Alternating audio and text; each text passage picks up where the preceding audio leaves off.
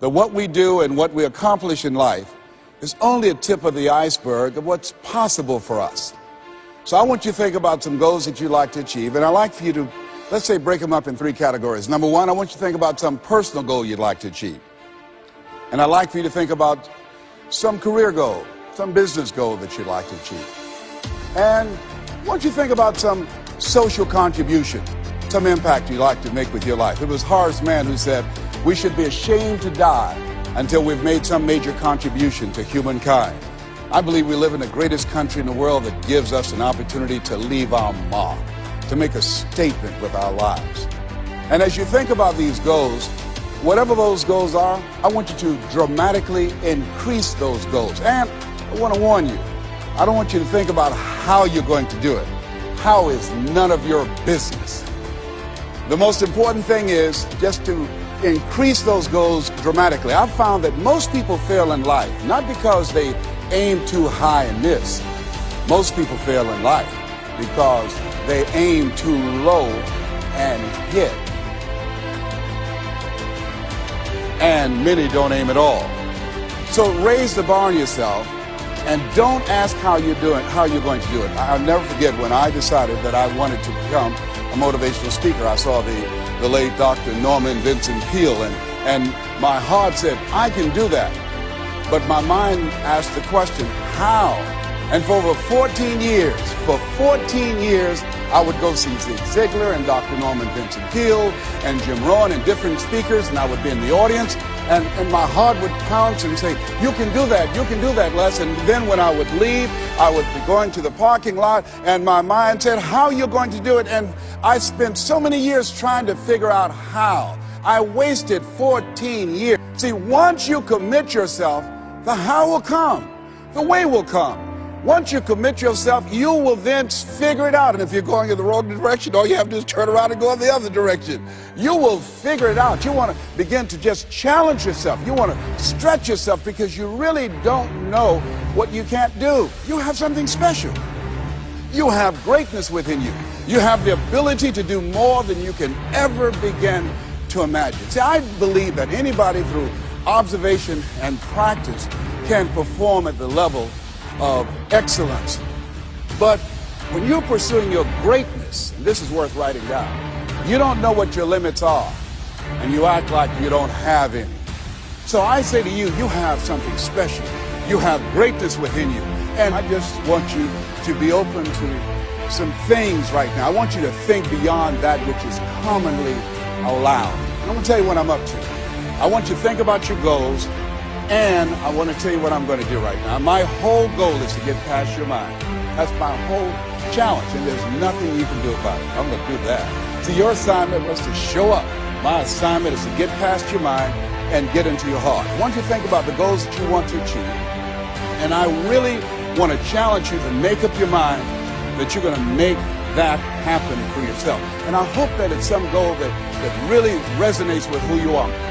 No one could have convinced me, just given my circumstances. I earn millions of dollars every year. No one could have convinced me. If both my parents came up here right now, I would not know either one. No one could have convinced me, being labeled educable, mentally retarded, born in an abandoned building of Florida in Liberty City, poor section of Miami, Florida, failing twice in school, no college training, never worked for a major corporation. I did not know I can do what I'm doing right now. I'll never forget Mike Williams, my mentor. I think a lot of people fail in life because of the fact that they need some mentoring, they need some coaching. But imagine, if you will, being on your deathbed and standing around your bed, the dreams given to you by life, the ideas that you never acted on, the talents, the gifts, the abilities that you never used. And there they are, standing around your bed, looking at you with large, angry eyes, saying, we came to you, and only you could have given us life. And now we must die with you forever. And the question is, if you die this very moment, what will die with you? What dreams? What ideas? What talents? What leadership potential? What greatness that you showed up to bring, that you allowed fear or procrastination to hold you back. Perhaps that's why Henry David Thoreau wrote the words, "Oh God, to reach the point of death, only to realize that you've never lived, only to realize that you've never scraped the surface of your potential." Hold ourselves to certain standards. I'm not going to come here and sell out on who I am. I'm not going to compromise. I'm not going to lower my standards for you. No, that's not why I showed up. Just going to get that in a minute. You have something special. You have greatness within you. And the only reason you're here, you are my assignment. You can feel me. Some of you feel me right here in your heart of hearts. And my goal is to get past your mind and into your heart. So it's necessary that you have the mindset that I can do this. You've got to begin to believe and to fortify that belief and feed that belief by listening to tapes, going to seminars and workshops, by challenging yourself, by stretching yourself. It was Osborne who said, unless you attempt to do something beyond that which you've already mastered, you will never grow. And as you begin to challenge yourself, you'll discover some things about yourself that you don't know right now. The other thing is you begin to look at yourself, look at your dreams, and begin to experiment and stepping into your greatness. And so you want to begin to take some chances. You want to begin to challenge yourself and make it okay to fail and learn from your failures. Don't allow fear of failure and the allure, the attractiveness of playing it safe in life to draw you in. You can't get out of life alive. You got to die to leave here. Other thing is you look at yourself, look at your dreams, detoxify your life. Write that down. See, I think that most people never achieve their true goals in life because they're surrounded with too many toxic, negative, energy-draining people. You've got to look at the people in your life and ask yourself the question, what is this relationship doing to me? You get two types of people, nourishing people and toxic people. Nourishing people, they bring the best out of you. They encourage you, they inspire you, they hold you accountable. Toxic people, they are critical people, always telling you what you can't do. Always measuring your possibilities based upon their failures. My mother said, never let anybody tell you what you can't do, son, especially if they haven't done it. They don't know what's possible for you. So as you begin to look at yourself, begin to identify the relationships that you communicate with most and say, hey, is this relationship helpful to me? And then think about some people that you need to bring into your life that you can learn from, that you can grow from. See, you want to really begin to stretch yourself. You want to become a risk taker. You want to raise the bar on yourself. Most people won't do that. See, most people engage in low life living, low risk living. Viscott said, if you're not willing to risk, you cannot grow. And if you cannot grow, you cannot become your best. And if you cannot become your best, you can't be happy. And if you can't be happy, then what else is there? I like what Helen Keller said. Life is short and unpredictable. As you begin to look at your dreams and look at your goals, write this down. Make know your vitamin.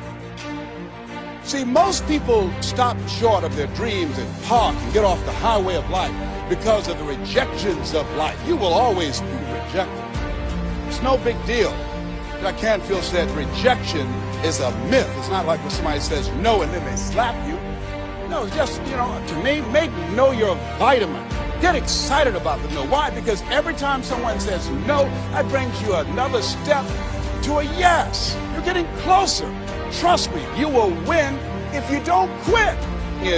As you look at yourself and look at your goals and look at your dreams, assess yourself. What are your strengths? What are your weaknesses? What do you bring to the table? What is your reputation in your industry? When you come into a room and you leave, what's the scuttlebutt about you? Do people say, hey, that's a go-to person. That's a person, if you ask them to do that job, you're talking about the job being done. It will be done extremely well. Are you known for that person that stand out with what you do? That stand out with your quality of service, with your standards, always looking for ways to better your best? Are you one of those people that believe, well, if it ain't broke, don't fix it? Japanese believe it ain't perfect, keep working on it. Are you willing to keep working on it? Are you willing to realize that you have not done your best stuff yet, that you can better your best? You got to take responsibility for that. Now let's go to the next slide. Not only is it possible that you can live your dream, is it necessary that you call forth your team and surround yourself with people that you can learn from and grow from, that you must work on yourself and monitor yourself and train yourself, that you've got to begin to take total responsibility for the outcomes that you want to produce in your life. But let us say together with power and conviction, it's hard. Living a dream, changing your life is hard.